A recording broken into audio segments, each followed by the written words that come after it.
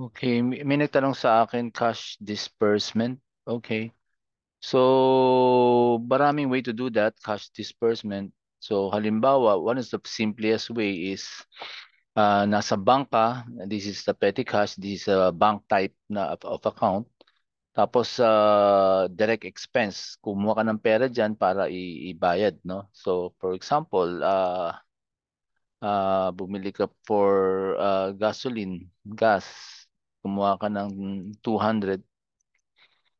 So, yan, kung gusto mo makita yung voucher, double click mo dito. So, this is become voucher, no? This is cash disbursement.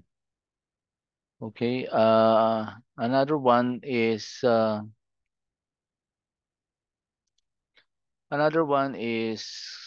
pwede kang mag-create ng bill kung dadaan ka muna sa account payable. Gaya ng ginawa ko dito, vendor 3, gumawa ako ng bill, food expenses of 650, tapos babayaran ko siya. So, bayaran ko siya ng pay bill. Tapos, mag-a-appear siya dito, i-select mo, and then choose kung ano yung gusto mong gamitin pambayad. Halimbawa, petty cash. Diyan ka kukuha ng pera pambayad, 650, and then date ngayon. Assign check, pwede namang hindi, lagay lang natin dito cash. Okay, and then pay. So, bayad na siya, 0. So, makikita mo dyan dito. Ayan, 650. Then again, kung gusto mo makita yung voucher, double click mo lang. So, ito yung voucher, no? O kaya yung check, issued check, no?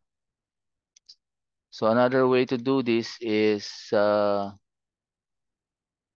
i-click mo itong write a check. Right? So, write a check. Then, pinili natin yung bank. Tapos, yung vendor 3. Sabi niya, kung gusto mong bayaran to, go to pay bill, yung ginawa natin kanina. Pero kung gusto mo lang mag-issue ng cheque para sa kanya, write a check. So, and then halimbawa, transportation, office supplies halimbawa, 1,200. So, ganyan, direct expense sa bank kukuha, then save and close. So, pag chinek mo yung bank, ah nandito na expenses sa bank, kumuha ng pera. Now, kung gusto mo makita lahat ng payment, listahan ng lahat ng mga cash disbursement, punta ka sa report, punta ka dito sa mm, one way of punta sa banking, and then check detail. So, lahat from the beginning hanggang ngayon, lahat ng expenses nandito.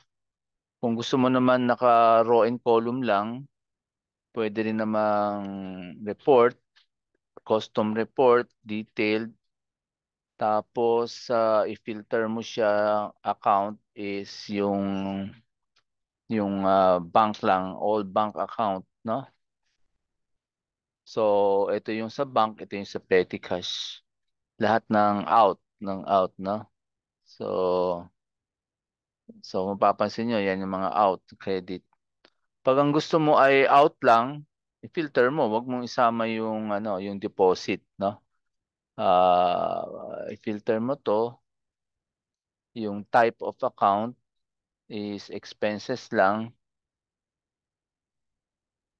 Mm, yung type of account is hindi siya all. Ang piliin mo ay